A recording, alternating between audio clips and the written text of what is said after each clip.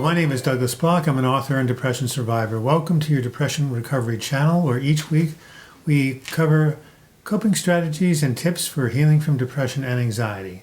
This week I'm going to continue my Back to the Brink series, where we interview people who have gone through depression and anxiety and have come out the other side. And this week my guest is Michael. And like Heather from the last video, he's a member of my depression support group. So Michael, tell us your exact diagnosis. Yeah, so I have depression and also a generalized anxiety disorder. Mm-hmm. Yeah.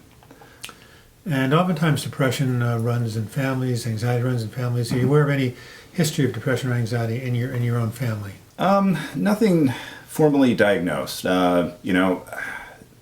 There's a generational shift, I think a generational gap in acknowledging these kinds of challenges. And, my dad was born in 1938 and, I grew up in the South. So there wasn't a lot of talk around things like that. So, but from my own anecdotal observations, I'd say definitely there were some challenges there. There was certainly alcoholism and other behaviors that I would say, probably would align pretty well with depression, anxiety, and probably some other things as well. When was the first time you felt you had these symptoms of depression and anxiety?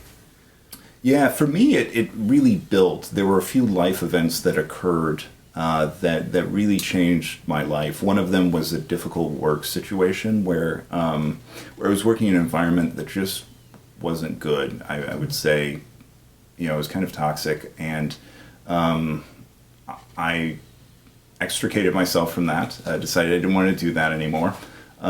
But then I realized there were other things in my life also as well that were troubling, and things I needed to face up to as well, in some of my personal relationships. And that took years to sort through all of that. So it was really a compounding of about 3 or 4 life events, I would say, that really plunged me into a very deep soul-searching and depression. And I know part of it was your marriage. Yeah. And isn't that kind of how you first got some help or started to reach out for help? Yeah, absolutely. So originally I got into group or marriage counseling with my then wife. We worked through things, and we were trying to work through things. It didn't work out eventually in the end, but as the marriage counseling sort of broke down, we both agreed that we should see separate therapists and everything, and that's when I started to see an individual therapist. Yeah. And that was helpful. It was very helpful. Yeah, he was really, really smart person, somebody who had experienced the same things I had. I think it's really important when you're dealing with these types of things to have people who understand you and have been there. It's so very important. And was medication part of what was helpful to you? Not at that time. It was a little while longer before I decided that I needed to look into medication. Originally, I just started with cognitive behavioral therapy and figured that would be, that would be enough. And then what made you decide to add in the medication?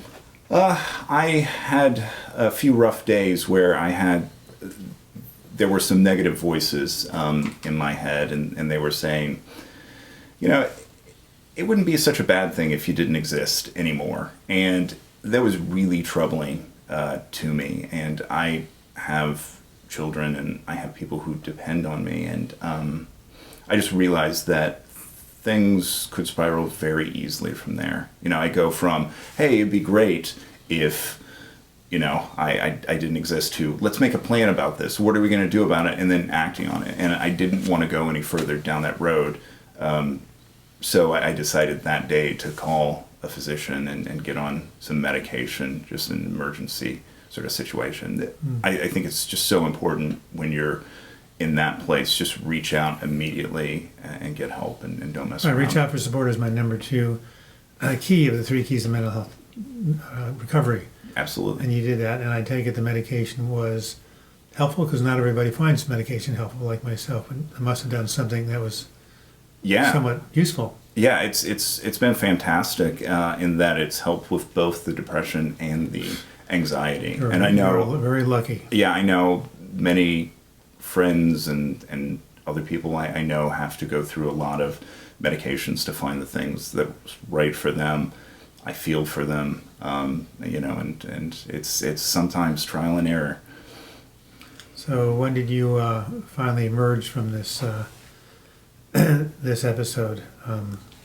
Yeah, well, every day is a struggle, but really, I feel like I emerged from this probably right after I got into the group. I feel like about 2 or 3 months in, and I credit yourself and the group for a lot of that, in that it was just so good and nourishing to share my experiences with other people and have them share their experiences with me. It's been a pretty life-changing experience, I would say. Yeah, you've mentioned that the Depression Support Group was a significant contributor to your recovery. Absolutely. It's so important to know that you are not alone in this, that you're not the only one who experiences these things. We've met a lot of people and talked to a lot of people from different walks of life and completely different circumstances, different age groups, everything from a 20-year-old to people well past the retirement age. And the stories they tell, though, are, the same stories. Those experiences they have, they're the same experiences. And, we're all going through this together, and hearing those stories and helping them and having them help me. It's just a great experience. It's really moving. So I take it you haven't had any relapses since your recovery, because your recovery has been so recent, right? I think I've had a few days where it's not been great, where I've had a few days, like maybe on the weekend or something, where I'm like, I'm not going to get out of bed today. And sometimes that happens, and sometimes the dishes don't get done that day. But overall, it's been pretty good. And given where I was not so long ago, I can't really fault it. I think I have to be happy with what I have, and accept that there's still going to be days when even when it's summer in Portland, sometimes it rains, and it rains all winter and all spring, but sometimes it'll rain in the summer as well. And even if I'm feeling mostly recovered from my depression and my anxiety, there's still going to be days where it rains, where I have those feelings when they come back, and I just have to be aware of them and know that they're coming and be prepared to deal with them. What would you say you've learned through your experience of having depression, going through treatment, coming out of recovery? What is depression and anxiety? What have they taught you? Depression and anxiety have made me a really different person, and it's actually been in a good way, in that I've been more in touch with my feelings and emotions, and been able to recognize them in other people as well.